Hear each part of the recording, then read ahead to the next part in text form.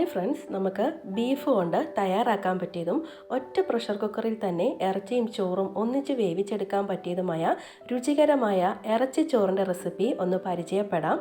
അതിനായി ഒരു pressure cooker അടുപ്പത്ത് വെച്ച് ചൂടായി വരുമ്പോൾ 2 ടേബിൾ സ്പൂൺ അളവിൽ എണ്ണ ഒഴിച്ചു കൊടുക്കാം. ഇതിലേക്ക് മീഡിയം വലിപ്പത്തിലുള്ള ഒരു സവോള ചെറുതായി അരിഞ്ഞതും കൂടെ ഇട്ട് കൊടുത്ത് ഒന്ന് വരട്ടിയെടുക്കാം. ഇനി ഇതിലേക്ക് ഒരു തക്കാളിയും കൂടി ചെറുതായി അരിഞ്ഞത് ചേർത്ത് കൊടുക്കാം.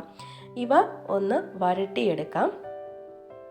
അടുത്തതായിട്ട് ഇതിലേക്ക് വേണ്ടത് പച്ചമുളക് 5 എണ്ണം, ഒരു ചെറിയ കഷ്ണം ഇഞ്ചി, 10-12 അല്ലി വെളുത്തുള്ളി. ഇവ നമുക്കൊന്ന് ചതച്ചെടുക്കാം. പച്ചമുളക് എരിവുള്ളതാണെങ്കിൽ 3 എണ്ണം ചേർത്താൽ മതിയാകും. ഇവ നമുക്ക് നന്നായിട്ട് ഇളക്കി പച്ചമണം മാറുന്നിടം വരെ ഒന്ന് വഴറ്റിയെടുക്കാം. ഇനി ഇതിലേക്ക് 1/4 ടീസ്പൂൺ അളവിൽ ഉപ്പ് കൂടി ചേർത്ത് കൊടുക്കണം. ഇവയെല്ലാം കൂടി തുടർച്ചയായി ഇളക്കി ഒന്ന് യോജിപ്പിച്ചെടുക്കാം. അടുത്തായിട്ട് ഇതിലേക്ക് മസാലപ്പൊടികൾ ചേർക്കാം. 1/2 ടീസ്പൂൺ മഞ്ഞൾപ്പൊടി, 2 ടീസ്പൂൺ അളവിൽ മല്ലിപ്പൊടി, 1 ടീസ്പൂൺ ഗരം മസാല. വീട്ടിൽ പൊടിച്ചതാണെങ്കിൽ 1 ടീസ്പൂണും കടയിൽ നിന്ന് വാങ്ങിച്ചാണെങ്കിൽ 1.5 ടീസ്പൂണും ചേർത്ത് കൊടുക്കാം. മീറ്റ് മസാല 2 ടീസ്പൂൺ ചേർക്കാം.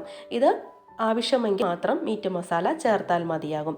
ഇവ നന്നായിട്ട് പച്ചമണം മാറുന്ന വരെ ഇളക്കി യോജിപ്പിച്ചെടുക്കാം. ഇനി ഇതിലേക്ക് 1/2 കിലോ അളവിൽ ബീഫ് ചേർത്ത് കൊടുക്കണം. ഞാനിവിടെ സാധാ വലിപ്പത്തിൽ അരിഞ്ഞ ബീഫാണ്. വലിപ്പം കൂടിയോ കുറഞ്ഞോ ഇരുന്നാലും പ്രശ്നമില്ല. ഇവ നമുക്ക് നന്നായിട്ട് മിക്സ് ചെയ്ത ശേഷം ഇതിലേക്ക് 1/2 കപ്പ് അളവിൽ വെള്ളം കൂടി ഒഴിച്ചു കൊടുക്കാം. ഇനി നമുക്ക് ഇത് കുക്കർ അടച്ചു വെച്ച് 5 വിസിൽ വരെ വേവിച്ചെടുക്കാം. അല്ലെങ്കിൽ വെന്തില്ലെങ്കിൽ 1-2 വിസിലും കൂടെ അടുപ്പിച്ച് എടുത്താൽ മതിയാകും. ഇനി അടുത്തായിട്ട് നമുക്ക് വേണ്ടത് ജീരകശാല റൈസാണ്, അല്ലെങ്കിൽ കൈമ റൈസ്. ഇത് കഴുകിയെടുത്ത ശേഷം 20 മിനിറ്റോളം വെള്ളം ഒഴിച്ച് ഒന്ന് കുതിർത്താനായി മാറ്റിവെക്കാം. ഇപ്പോൾ നമ്മുടെ ഇറച്ചി ഇവിടെ വെന്ത് വന്നിട്ടുണ്ട്. ഇപ്പോൾ നന്നായിട്ട് വെന്ത് വന്ന ഇറച്ചി ഗ്രേവിയിൽ നിന്നും ഇതുപോലെ എടുത്ത് മാറ്റാം. വെന്ത ബീഫ് ഇതുപോലെ ഗ്രേവിയിൽ നിന്നും പൂർണ്ണമായിട്ടും എടുത്ത് മാറ്റാം. ബാക്കി വന്ന ഗ്രേവി നമുക്ക് അളന്ന് നോക്കാം. ഇവിടെ എനിക്കിപ്പം 1.5 ഗ്ലാസ് ഗ്രേവി കിട്ടിയിട്ടുണ്ട്. നമ്മൾ 1 ഗ്ലാസ് അരിക്ക് 1.5 ഗ്ലാസ് എന്ന കണക്കിലാണ് നമ്മൾ ഗ്രേവിയും വെള്ളവും കൂടെ ചേർത്ത് കൊടുക്കേണ്ടത്.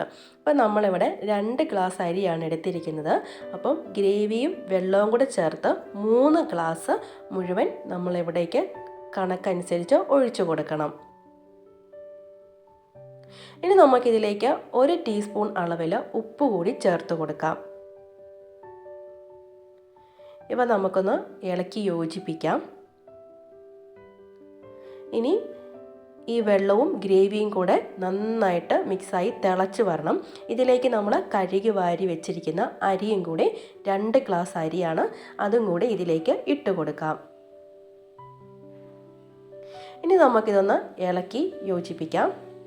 അടുത്തായിട്ട് പൊടിയായി അരിഞ്ഞെടുത്ത മല്ലി ഇലയും കൂടെ ഒരു പിടി ഇട്ട് കൊടുത്ത് അതിലേക്ക് നമ്മൾ വേവിച്ചെടുത്ത് വെച്ചിരുന്ന ഇറച്ചിയും കൂടി ചേർത്ത് കൊടുക്കാം. ഇറച്ചി അരിയുടെ മുകളിൽ കിടക്കുന്ന രീതിയിൽ വന്നാൽ മതി, ഇളക്കി യോജിപ്പിക്കരുത്. ഇനി നമുക്ക് കുക്കർ അടച്ചു വെച്ച് ഫുൾ ഫ്ലെയിമിൽ വെച്ച് 1 വിസിൽ അടിക്കുന്നിടം വരെ വേവിച്ചെടുക്കാം. ഇനി നമ്മൾ വിസിൽ പോയതിന് ശേഷം 10 മിനിറ്റ് വെച്ച് അതിൻ്റെ വിസിൽ ബാക്കി കളഞ്ഞ ശേഷം നമുക്ക് തുറന്ന് നോക്കാം. ഇപ്പോൾ ഇറച്ചിയും ചോറും എല്ലാം നന്നായിട്ട് സെറ്റായി വന്നിട്ടുണ്ട്. കുക്കറിൽ തന്നെ ഇട്ട് ഒന്ന് ചെറുതായിട്ട് ഇളക്കി കൊടുക്കാം. ഒരുപാട് വെന്ത് പോയെങ്കിൽ നിങ്ങൾ ഒരു പ്ലേറ്റിലോട്ട് മാറ്റിയതിന് ശേഷം ഇളക്കി കൊടുത്താൽ മതി. ഇവിടെ ഇപ്പോൾ കറക്റ്റ് വേവിൽ വന്നിട്ടുണ്ട്. 1 ഗ്ലാസ് അരിക്ക് 1.5 ഗ്ലാസ് വെള്ളം വെച്ച് കൊടുക്കുകയാണെങ്കിൽ കുഴഞ്ഞു പോകാതെ കറക്റ്റ് പാകത്തിന് കിട്ടും. ഇനി നമുക്കിതൊരു പ്ലേറ്റിലേക്ക് മാറ്റാം. പ്ലേറ്റിലേക്ക് മാറ്റി നമുക്ക് കുറച്ച് മല്ലി ഇലയും കൂടെ ഇതിൻ്റെ മുകളിലേക്കൊന്ന് ഇട്ട് കൊടുക്കാം. വളരെ എളുപ്പത്തിൽ തയ്യാറാക്കാൻ പറ്റിയ ഈ ഇറച്ചിച്ചോറിൻ്റെ റെസിപ്പി നിങ്ങൾക്കും ഇഷ്ടപ്പെട്ട് കാണുമെന്ന് വിചാരിക്കുന്നു. ഉറപ്പായിട്ടും നിങ്ങളും ഈ ഒരു റെസിപ്പി തയ്യാറാക്കാൻ മറക്കരുത്. നമ്മുടെ ഈ വീഡിയോ ഇഷ്ടമായെങ്കിൽ ലൈക്ക് ചെയ്യാനും ഷെയർ ചെയ്യാനും കമൻറ്റ് ചെയ്യാനും ചാനൽ സബ്സ്ക്രൈബ് ചെയ്യാനും മറന്നു പോലെ. വീണ്ടും ഒരു വീഡിയോ ആയിട്ട് കാണും വരെ താങ്ക്സ് ഫോർ വാച്ചിങ്.